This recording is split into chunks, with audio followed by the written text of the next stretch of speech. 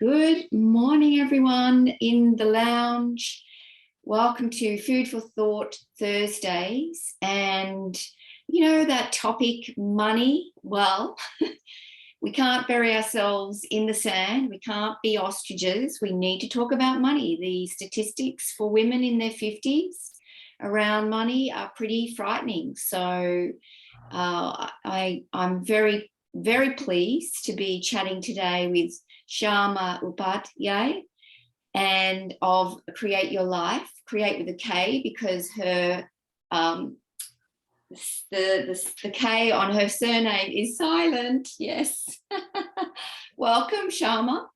Yes, thank you, Brenda, for inviting me to your amazing lounge. And I just want to admire your dedication to the group to care and nurture this woman above 50. Yes. So yeah, it's much needed, and I'll be joining that perhaps still a couple of years down the line. But yes, it's we need that, and yeah, we'll talk more. Well, we don't want to wait till we're 50 before we start thinking about being 50, right? So that's why I'm very pleased to be chatting with you today. So I know we've known each other for a while, and I know you've had a few hats, sales, coaching, and real estate, and so on. So just give us a little bit of your story. You've got an accent. Where are you from? Tell us a little bit about yourself, and and take your time, but weave your way into where you are today and our BNI connection. Absolutely. Thanks, Brenda, for asking me to share my story. I come from India. I'm born, brought up in India. I've been in Australia, Sydney specifically, for past 12 years. We got married and we came here. It was kind of a gift from the divine to start a new life, a new phase of life, a new country, and it's been wonderful till now. So I'm very grateful. Um, so past it's kind of 16 years of corporate experience. I come from IT project management, very time agenda driven, of course cost driven. Everything matters other than people. So uh, and so I reached that glass ceiling where I could not grow much, and I started feeling suffocated. And yeah, I resisted, and that's where the universe will throw you out at the situation. I got redundant, and that's where my quest started to find who am I. Because it's interestingly who we are from the family background drives sometimes our decision, but we'll have that opportunity to push away from that generational thinking and then start your own thinking. That's what happened to me. I went to the coaching journey to find all those answers, and find out. And I found that I'm a people person. And yes, I had a wonderful, again, I always have a gratitude with whatever past we have. I had wonderful experience traveling across the world, but I knew for my soul growth, I had to come out, and I became a coach, certified life coach, uh, with the coaching institute. And yes, that's where I joined BNI, because I I don't know, if my family didn't have business background, so I had to be surrounded by. I wanted to be surrounded by business people, how they think, what kind of lifestyle they have, and somewhere that lifestyle thinking was always there in back of my mind. It's like when you start digging inside within yourself, you come to know. So I was a life coach, and I still remember Janine in my group. She had said, "You're a lifestyle coach," and I was not familiar with the term. And but that's where I was doing what I was meant to be doing, helping people from getting career breakthroughs, relationship career breakthroughs, life breakthroughs, saving from them from suicidal thoughts, etc. So that was so fulfilling. But yes, I'm not. I'll take a short, cut story short. as I was coaching the real estate agents. That's where, so we met when I was a sales coach. I was coaching service businesses, Brenda. Because I saw people were good at what they good at delivering. When someone will become client, they are going to get the best experience, best results. But the people didn't have business owner thinking. And as I always say, we being in business, we need to wear three hats: business owner hat, a delivery hat, and a personal growth hat. And then that's where we grow these three ways. So that's where, yeah, I was helping real estate agents. They struggle to connect with people. They were always into thinking of, oh, how can I get the listing? How can I sell this? So they were putting themselves on pressure and they were not achieving results. That's where I helped them to demystify what is that connection means. There's no sales required. It's all about connection, connecting with the people, with them to learn about them. And if they have a need, if you are the right person, the transaction, it's not transaction, it's kind of the steps will happen. But yes, it's kind of, I was, if you listen to this story, I was leading myself with one step at a time. Because from that contrast corporate flow where everything, there's a planning, there's a perfectionism, there was a very masculine environment, and I was pursuing my feminine journey to unleash my feminine energy, and I was kind of blending both. Because my strength is masculine energy, I was growing in my feminine energy with that flow thinking, connection, gratitude, compassion, kindness. It was literally, if in a human life, if person doesn't discover this, oh, it's a half life. It's a incomplete life, and that's what even businesses need. Businesses, real estate industry need that. I noticed that I worked with traditional real estate industry, being that salesperson. I knocked on the door. I did those cold calling, um, I saw it didn't align with my values. It didn't align with my journey. It's not to do with the process, it's to do with the outcome. Because ultimately the real estate industry only wants sales. They, again, I had that feeling, like, again, I'm not going the same route where there's no connection, care, and people matters first. So yeah, so it's a journey. So I will stop here. So that's how my introduction to the real estate industry happened, because of I started coaching real estate professionals. Yeah, right.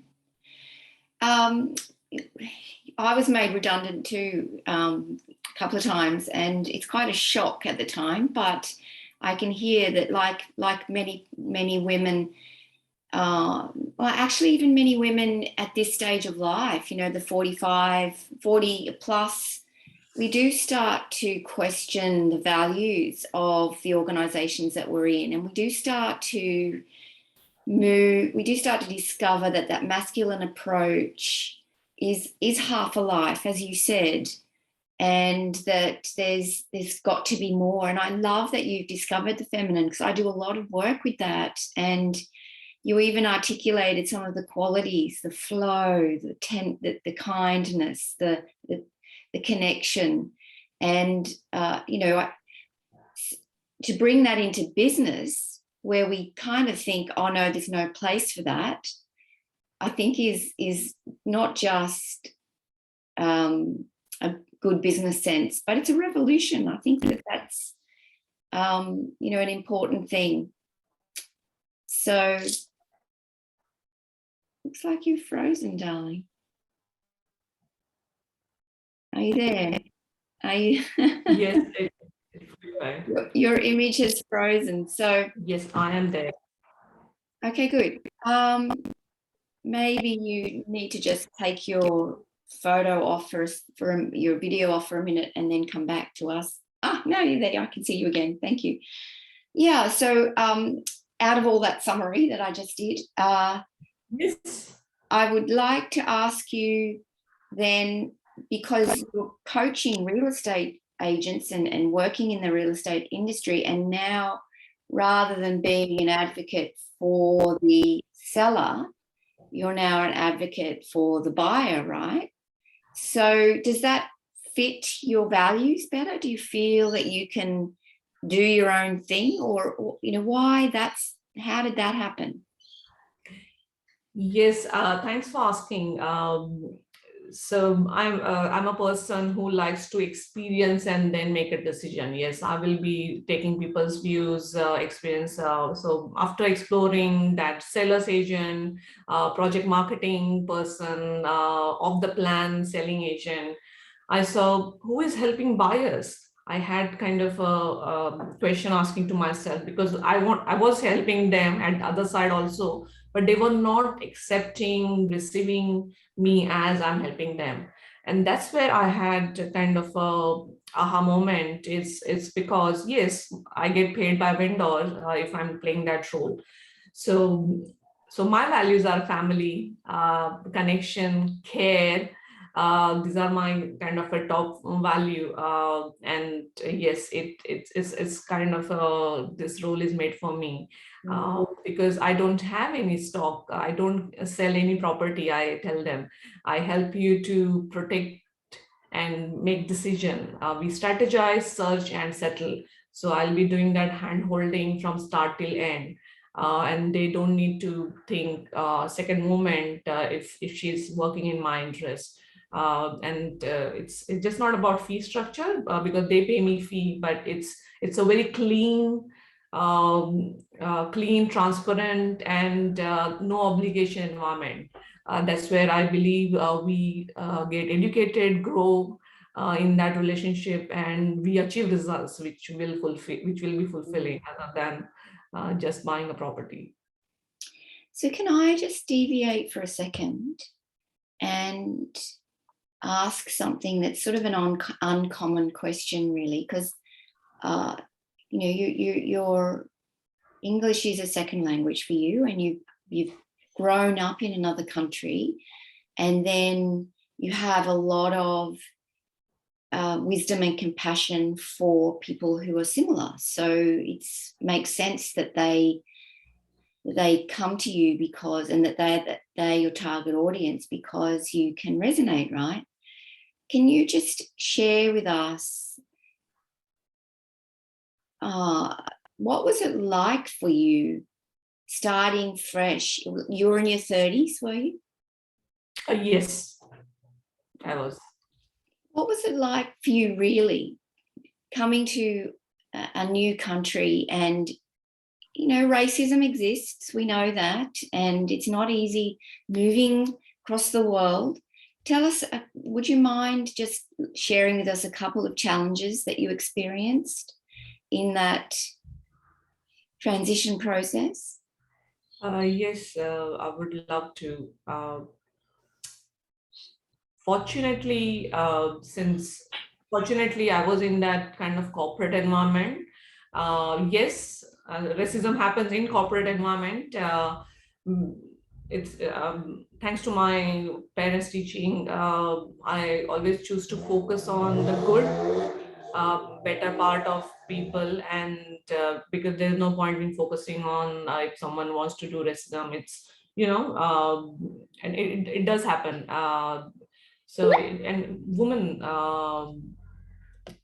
growing leadership position or for women is difficult.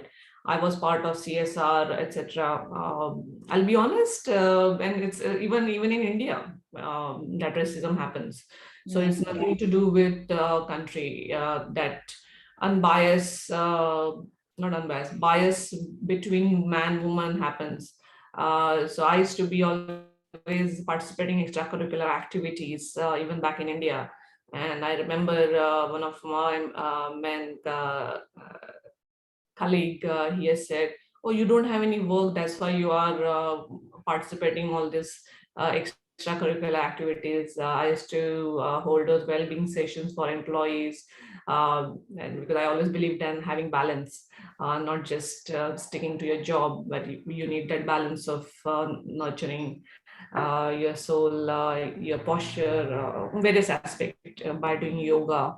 But yeah, answering to your question, yes, those comments, getting promotion or getting on the appraisals was always a challenge.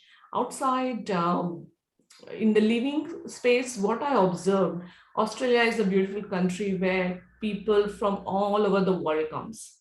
So yes, that some people take time to appreciate that blending happening. And yes, people come, there's a two sides of the coin.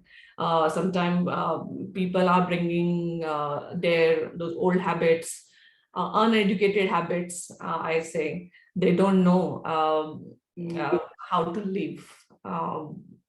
Yeah, be it cleanly, be it collaboratively, respecting each other's space. So yeah, it's always I look at from that eyes of compassion. Okay, why they are doing that? Where's that education lacking? Yeah, and education is one of my core values. So it's another helps me to always come out from any challenge. So I imagine you experienced racism or sexism Yeah. From not only, traditional white Australians, but from other, because we are a melting pot, you're right. It could be other cultures also creating.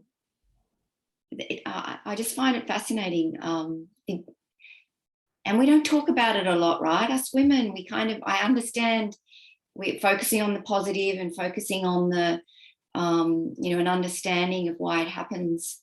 But I think it's important also to share the stories. Yes, Brenda, I can't agree more. And of course, people have still they are living in their own comfort zone, even being here, not necessarily mixing, because some have that fear of racism, some have fear of if I'm being judged, etc. And I asked myself, like, if I had to do the same thing, I would be better off staying where I was. This is an opportunity. I see the opportunity to learn about culture, get out of comfort zone and interact. Yes, it is difficult to interact with different cultures. But yes, it's kind of stay with that feeling of with the curiosity. Yeah, wonderful, wonderful. Well, I think it gives you a great open heart to be able to be a people person, because you've got that understanding of hurt, that it hurts to be judged unfairly. Yeah. So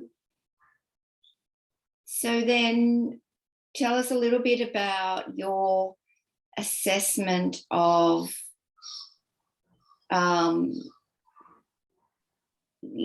not sure if you're targeting older couples or older women specifically, but what do you see out there in the market around wealth and investment for women? Yes, and I want to bridge that from where we came. So even when it comes to real estate investing, they would be thinking the old ways, how they may have done real estate purchase in their own country or whatever it happened in their family.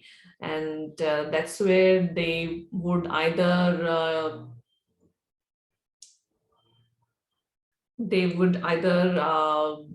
not choose the correct type of property.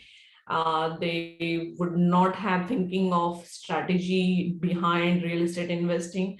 And that's where I help them to understand, first of all, family situation. Okay, how many, are you single? Are you single mother or single person? What's your income? Then what's your situation? Where do you see yourself in 5 years? Because real estate investing is not about what everyone is doing. It's about taking that inside out approach, where you are in your what a well journey, what's currently happening in your life. So there's a bit of life coaching also happens. Yeah, when they have kids, if they are going to high school, are you looking to be living, do you see living yourself in this location for 5 years? And so I bring that life situation for them to think ahead, in 5 years or 10 years down the line, if kids may be going out away, then where do you see yourself? So that helps them to take decision not just from now thinking, but also kind of future thinking. And that is a gift kind of I have, having that foresight. It like I'll share an example. I had my first property when I was 24, back in India. So my mother was always into saving and having fixed deposit, but all the safe investment methods. And however, I was growing to be this professional woman, and I was noticing there are new ways of investing as a real estate, which was very different to her thinking. But so she was always suggesting me to invest in bank deposits, and I was like, no, this looks better because I can buy a more expensive property with less money because I'm going to borrow money. So I did just share, but I went ahead and bought with my own decision. And I was like, okay, I will face whatever the consequences may be, but I'm going to try this because I always listen to that aspect. So coming back to the older woman, it's any woman at any age. It's important to learn what's the income, expense, your budget, and how you're contributing towards investing. So investing is so important for a family future, for an individual future. And I uncover those family patterns when I'm speaking to them. Either one person will know everything and another person do not take interest at all. And however, consciously I put a condition in the clarity call. We both are going, both, all the decision makers needs to be there. And I purposely ask the quiet person the questions, because it's important for them to get educated in the process. Yeah. Yeah, because when life throws those situations, you don't want to be at, oh, I don't know anything. It's like you don't want to feel deep end of the ocean. Yeah. Ignorance is not an excuse anymore for, well, particularly when you're, when you're in your 40s and 50s, because divorce happens, and even illness and death, and reality bites, right? So yeah, we just, Paul and I, because we're getting married this year, and lots of beautiful things, we've just finally, I think I should have done this 20 years ago, as we think, when we finally do something, engaged a financial planner. So I feel so good about that. Just, if it's a really hard decision to who can I trust? Oh, There's so much lack of trust. I even quality people, I still found it really difficult. And that's, the BNI connection, Business Networking International, which Kshama and I both belong to our audience out there, where you start to connect with other business professionals and get to know, like, and trust them. It was still a tough decision to finally commit to that. So Yes, well done. Congratulations, Brenda. It's a biggest decision one would be making, to trust a professional and have a go. And I'm going to be honest, the best what we are doing is we are learning about this different profession to get educated and to know if someone similar profession outside is saying the right information or not. And I'll be honest, that really helps my family buyers when it comes to their finance assessment, because not all mortgage brokers are effective. They are not thinking from that care perspective. So what lenses I have, there are very few finance professionals have the similar lenses. There are a lot of finance professionals are transaction minded. And I don't, again, I have that kindness lenses. The industry is like that, where you are awarded for how many loans you have processed, how many, yeah, it's what's the value add, because when I am reviewing their previous finance loan situations, and I have got that knowledge to ask them, okay, why it was not did that this way or that way, by asking those few situations. And that's where I learn. Of course, families, the amazing families rely on us to the professionals to give that 100% guidance. And of course, everyone will not know everything, but they need to ensure that client focus, client care, 100%. There's no second agenda should be there. Yeah, Uh, yeah, and it's, yeah, that's where families receive value when they get educated about pros and cons. So yeah, that's one of the reason they this is one of the benefits, is I educate them about pros and cons, not just about pros. no, good, good, good, good. Well, thank you so much for taking the time to chat with us today. I think it's a really important topic, and I'm sure we need more conversations in the group from you and other finance professionals to really educate us. So thank you for being our first one. And so we will pop your details in the chat when we as soon as we get a chance. But how can people connect with you? What's the best way? I can see your QR code there. That's a great idea. How would you like people to connect with you? um, uh, Follow my Facebook page. That will be the first port of contact, where I share those education videos. I share those tips. Even if you are looking out property on your own, I share those tips to make them effective decision, not just looking at open home, but there are different ways to look at. So follow the page, watch those videos. I share those free ebooks, testimonials there, and then I have a clarity call link if you feel curious and connected to explore further. Thank you so much. All right, well, we'll finish up for today. Hold on for a moment. I'm going to say goodbye to our audience.